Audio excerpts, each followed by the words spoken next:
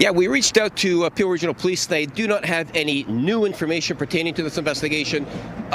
When they do identify who this person is, and they will, it's just a matter of time, they will then, if they can't arrest him or locate him, what they will do is get an arrest warrant.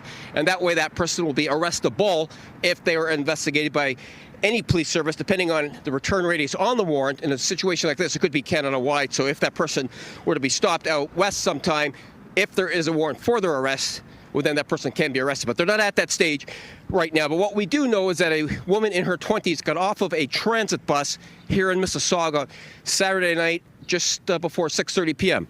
near Eglinton and Highway 10. She was followed off the bus by a male suspect unknown to her, and he proceeded to stab her. She is in serious condition in hospital, and the police have released a very good image of the suspect. And obviously somebody who knows this guy will certainly recognize the picture. There's his picture right now.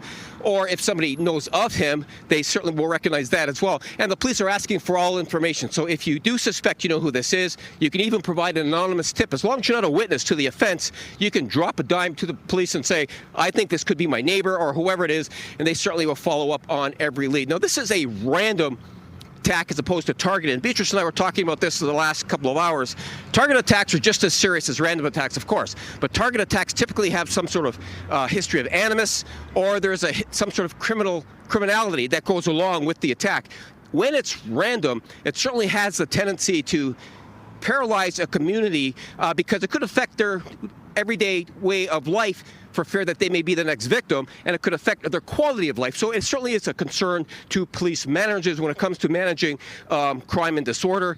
The police are actively trying to locate this person, so they are asking if you do have information, again, or if you suspect you know who that might be, and you don't want to get involved, and as long as you're not a Crown witness to the offense, you can provide anonymous information, and the police will follow up with every lead. Very important that they get this guy, because for whatever reason, whether it's a crisis or not, it is something that needs to be investigated and treated if it's something else, and the police are very concerned. So if you know who this is, or you think you know who it is, give the police a call. I'll send it back to you guys. All right, Steve Ryan reporting live from Eglinton and here, Ontario, in Mississauga. Thank you, Steve.